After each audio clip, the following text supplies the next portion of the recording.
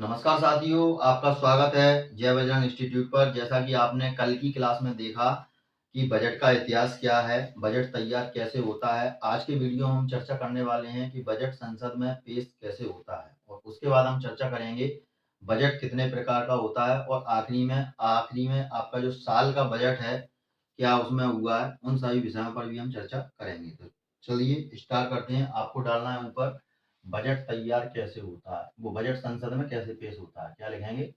Budget कैसे पेश होता है, कैसे पेश होता है, ये आपको हेडिंग डाल लेनी है। अब मैं आपको बताता हूँ, एक लाइन आपको और लिख लेनी है यहाँ पर। भारतीय संविधान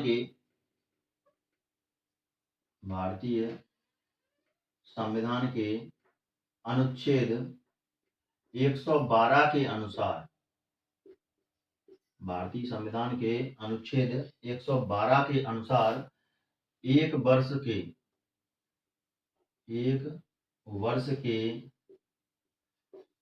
केंद्रीय बजट को वार्षिक वित्तीय विवरण कहा जाता है। वार्षिक वित्तीय विवरण कहा जाता है। वार्षिक वित्तीय विवरण कहा जाता है।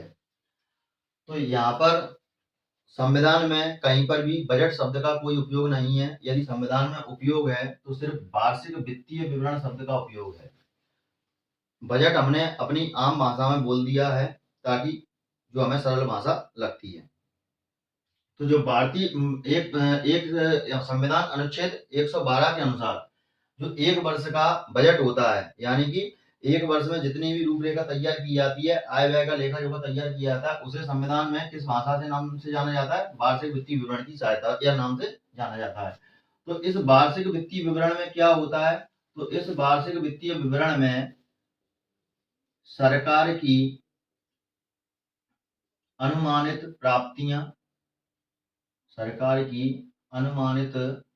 प्राप्तियां और आय का विवरण होता है।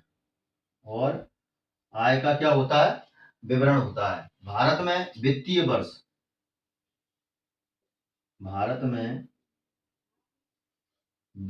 वर्ष 1 अप्रैल से लेकर 31 मार्च के मध्य में होता है। मतलब जो भारत की वित्तीय वर्ष होती है, फाइनेंशियल ईयर होती है, उसकी तारीख क्या है? 1 अप्रैल से लेकर 31 मार्च के मध्य में ये होता है। अब देख लेते हैं यहाँ पर जो केंद्रीय बजट होता है, या किसके द्वारा पेश किया जाता है। तो केंद्रीय बजट कल हमने सीखा था क्लास में कि वित्त मंत्री द्वारा पेश किया जाता है। किसके द्वारा पेश किया जाता है?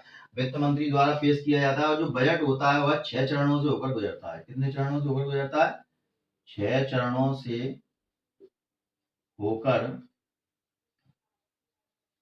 गुजरता है। 6 चरणों से होकर गुजरता है। कौन कौन से 6 चरण होते हैं? पहला होता है तुम्हारा बजट प्रस्तुति, और दूसरा जो तुम्हारा होता है आम चर्चाएं होती हैं, तो लिखेंगे अपन आम चर्चा। तीसरे की यदि हम बात करें तो तीसरा हमारा क्या होता है? विभागीय समितियों की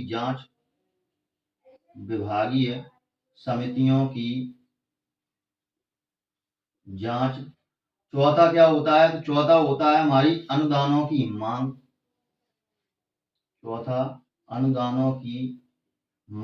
और पांचवा होता है हमारा विनियोग विधेयक पारित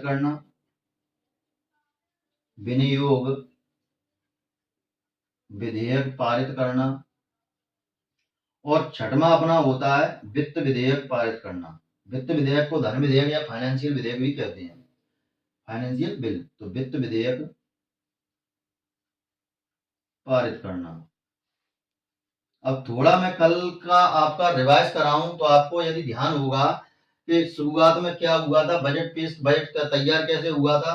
तो बजट तैयार करने के लिए सबसे पहले क्या हुआ था? वित्त मंत्रालय और विभिन्न मंत्रालयों की क्या हुई थी? बैठक हुई थी। और इस बैठक में चर्चा किस विषय पर हुई थी? चर्चा हुई थी हमारी आय व्यय। किस पर चर्चा हुई थी? हमारी आय और व्यय पर चर्चा हुई थी। इसके बाद जो वित्त मंत्री था, वित्त मंत्री ने क्या किया था? किन लोगों से सलाह की थी? पहली तुम्हारी अर्थशास्त्रियों से सलाह की। दूसरी तुम्हारी सलाह मशवरा किससे किया था? दूसरी इन्होंने छोटे उद्योगपतियों।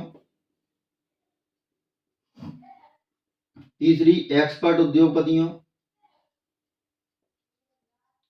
और चौथी चर्चा जो हमारी हुई थी ट्रेड यूनियनों से हुई थी। और पांचवी चर्चा हमारी किससे हुई थी? सोशल सेक्टर से। सोशल सेक्टर से। तो ये हमारी क्या थी? पहली मतलब चरण थी, पहला चरण था ये। इसके बाद दूसरे चरण में हमने क्या देखा? सीमा शुल्क, उत्पाद शुल्क और आयकर शुल्क, इनसे प्राप्त होने वाली अनुमानित राशि, इसके बाद तीसरे चरण में हमने क्या देखा था? तीसरे चरण में हमने देखा था राज्यों को वित्तीय सहायता।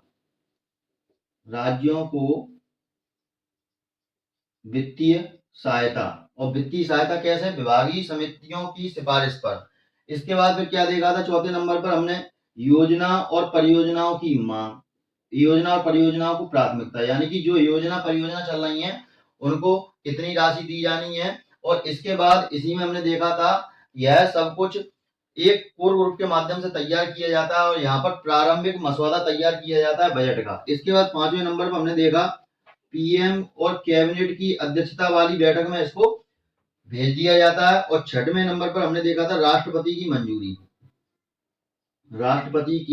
मंजूरी। इतना कल हमने वीडियो में कवर कर लिया था। और इसके बाद अंतिम अहम पड़ाव क्या था? हलवा शेयर मनी थी। और उसके बाद फिर लास्ट में क्या हुआ था? लॉक इन पीरियड शुरू हुआ था और अंत में ब्लू प्रिंट के माध्यम से तैयार हुआ था।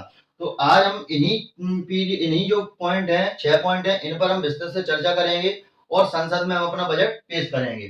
तो संसद के यदि हम बजट की बात करें तो 6 चरणों से होकर गुजरता है। सबसे पहले क्या होती है? बजट की प्रस्तुति। और जो बजट की प्रस्तुति होती है यह वित्त मंत्री के भाषण से शुरू होती है। किससे शुरू होती है?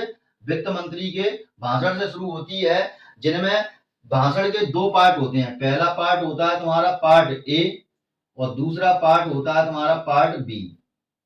पार्ट ए में क्या होता है? तो पार्ट ए में पिछले वर्ष में जो बजट पेश किया गया था और जो चालू अर्थव्यवस्था है, चालू वर्ष चल रही है, उसमें अर्थव्यवस्था की तुलना की जाती है। तो क्या लिखेंगे इसमें?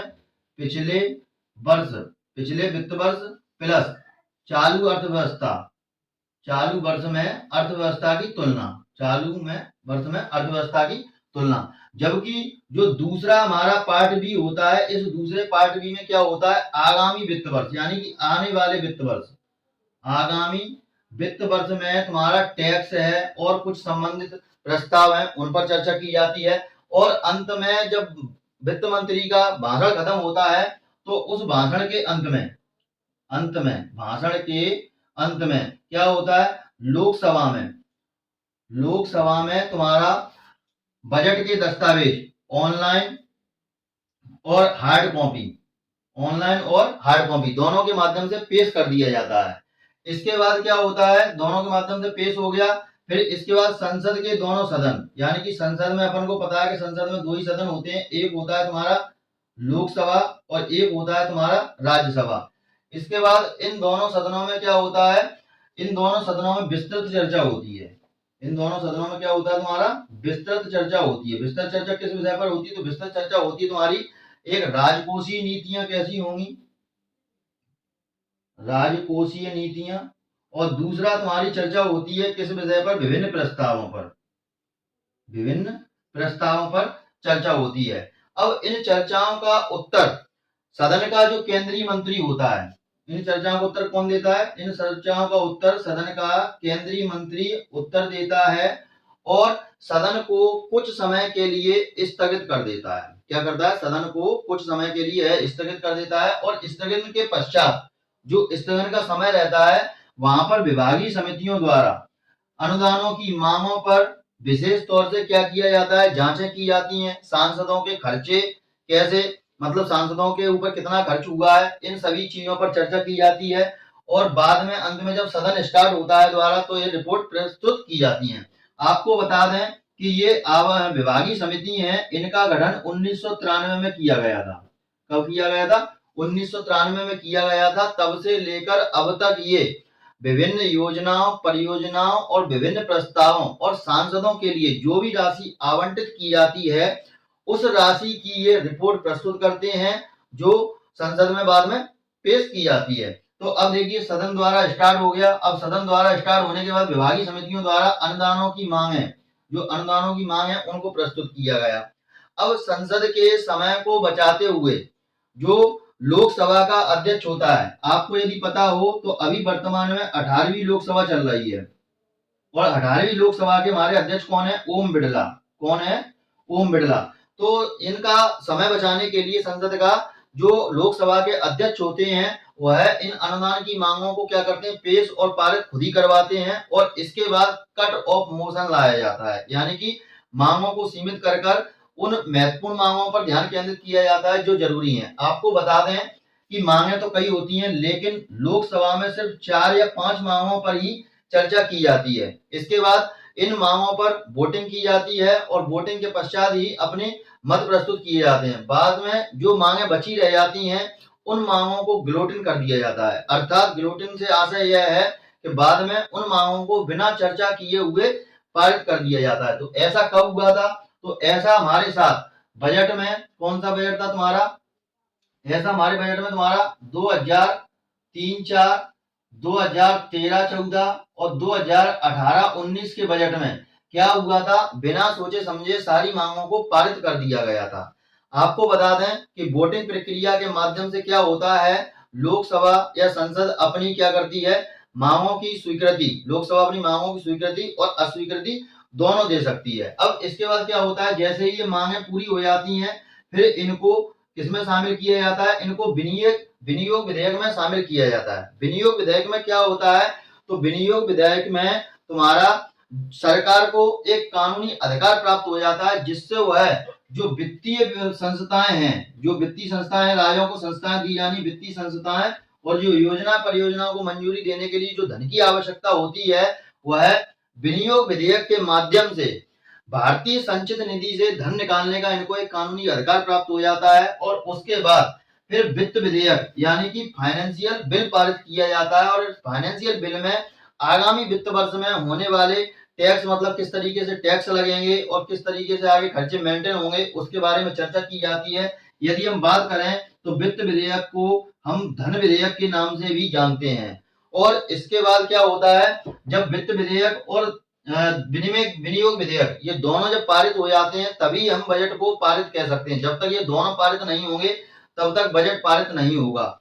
इसके बाद जब बजट पारित हो जाता है, दोनों विधेयक पारित होने के बाद, इसके बाद यह राज्यसभा में भेज दिया जाता है। कहाँ भेज दिया जाता है? राज्यसभा में भेज दिया जाता है। गौर करने वाली बात यह है कि वित्त विधेयक और विनियोग विधेयक यानी कि बजट के लिए क्या होता है? लोकसभा के सिर्फ अनुमोदन की आवश्यकता होती है। इसमें राज्यसभा की सिर्फ सिफारिश लग सकती है, वह सिर्फ 14 दिन के भीतर इसके अंदर सिफारिशें लगा सकती है। इसमें कोई संशोधन नहीं कर सकती है, कोई बदलाव नहीं कर सकती है, कोई परिवर्तन इसमें नहीं कर सकती है। इसका अधिकार राज्यसभा को नहीं होता है। इसके बाद क्या होता है? तुम्हारी लोकसभा के बाद जब ये बिल पारित हो जाता है, इसके बाद इसको अंतिम रूप से राष्ट्रपति की मंजूरी के लिए भेज दिया जाता है और भारत के राजपत्र पर तुम्हारा जो बिल है वह प्रिंट आउट कर दिया जाता है। तो इस तरीके से हमने देखा कि हमारा संसद में बिल पास होता है। अब हम अगर बात कर लें तो हमारी जो वित्त मंत्री हैं वर्तमान में, निर्मला सीतारमण, उन्होंने 1 फरवरी 2025 को भारत का 8वां आम बजट पेश किया है। यदि बात कर लें कि हमारे जो मोरारजी देसाई वित्त मंत्री थे, उन्होंने अपने जीवन में कुल 10 बजटों को पेश किया था। तो उम्मीद करता हूं आपको ये वीडियो पसंद आया होगा। मिलते हैं अगले वीडियो में और अगले वीडियो में हम जानेंगे कि बजट कितने प्रकार का होता है और बजट के लिए आगे और क्या चरण होते हैं। तो मिलते हैं अगले वीडियो में, तब तक के लिए जय हिंद, जय भारत।